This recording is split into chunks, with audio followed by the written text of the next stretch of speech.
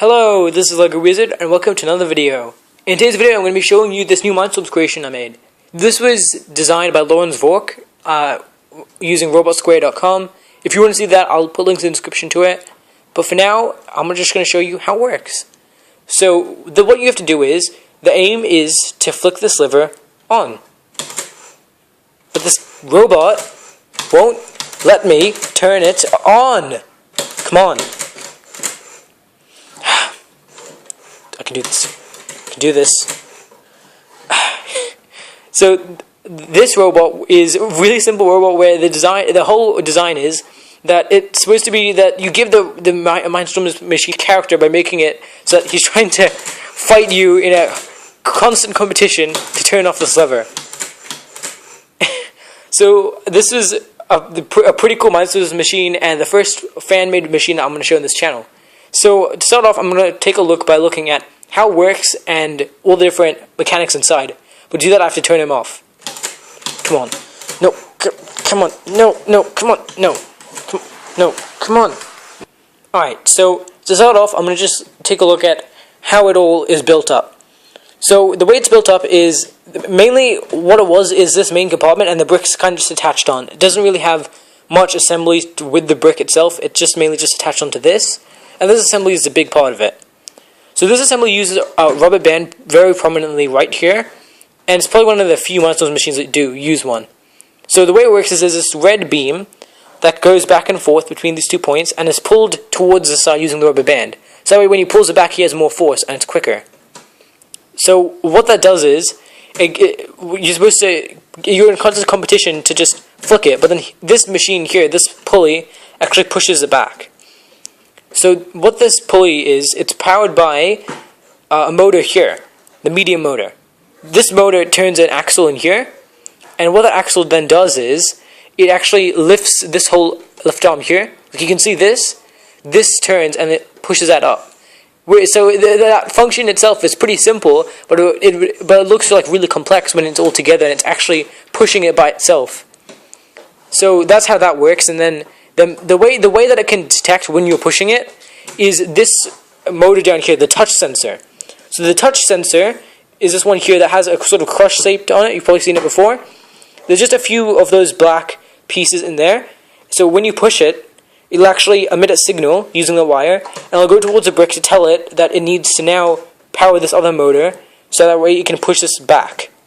It's a pretty it's a pretty simple build in the way that it works, but it just looks so effective when you're just knocking it back and forth and you just won't give up. All the panels on the sides are mainly for decoration. In the video, it recommends, if you want, you can try and put an off and an on button here with like some stickers if you want, which is a pretty good idea, but I've already got these stickers on here. So down here is just a random panel just to add some decoration to kind of cover up the side. And just some support down here with this black one. The whole thing, even though it looks unstable with all this just sort of hanging off, is actually quite stable. See, the way that they've done that is using a lot of big lift arms and beams, all crisscrossing around it and supporting the main back part that has the most weight on it. And then, of course, this down here, which is super stable. So that way it all just works really well.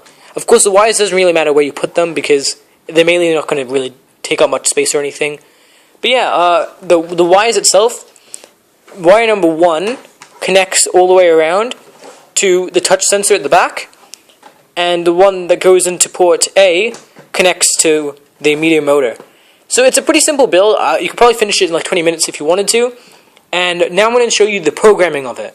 So here's the programming I use for the most useless machine ever. The one that's on the website, it only works with PC edition if you have that, and it's a lot more complex than this one is here. So what this one uses is, I had to design it myself, and what it uses is, it starts off with this huge loop, as you can see, this infinity loop that I was talking about, and it just connects all of this in the same one, so that's why it can keep on pushing it back and forth, because it's always in a loop, and it just keeps on going as many times as you want it to. So this one here, it starts off by the green at the bottom right, so it's telling the eyes to look down and the lights to be green, so that's the default position. But then, if the button's released, so when you press the lever, you're actually releasing the touch sensor, so it'll actually give it a signal that it needs to go into angry eyes and it needs to turn red, and it'll actually turn this motor to push it. then it'll wait 0.1 seconds.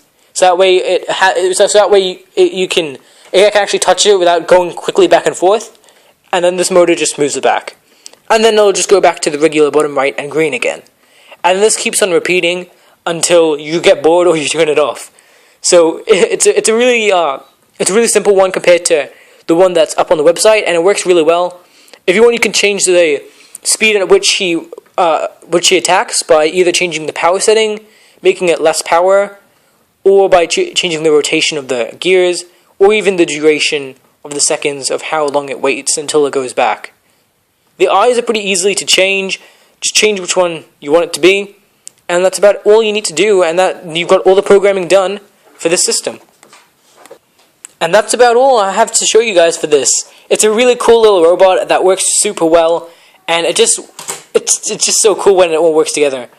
I think now it might have been jammed because I don't think it wants to go back. But anyway, it works so well for all that time.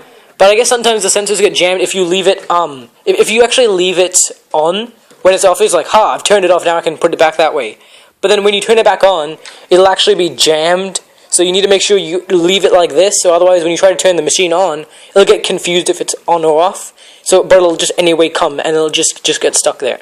So make sure you leave it like this. And now it works good again. Come on, come on, come on, come on. Alright, well this is Lego Wizard. Have a nice day. Hey Lance, why don't you try to turn off my robot? All you have to do is flick that lever.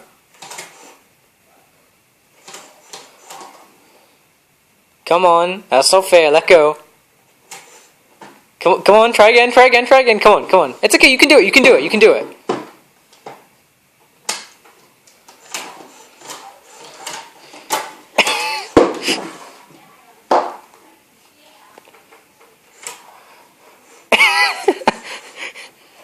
Come on, try. Maybe if you try a few more times with your hand, it's okay.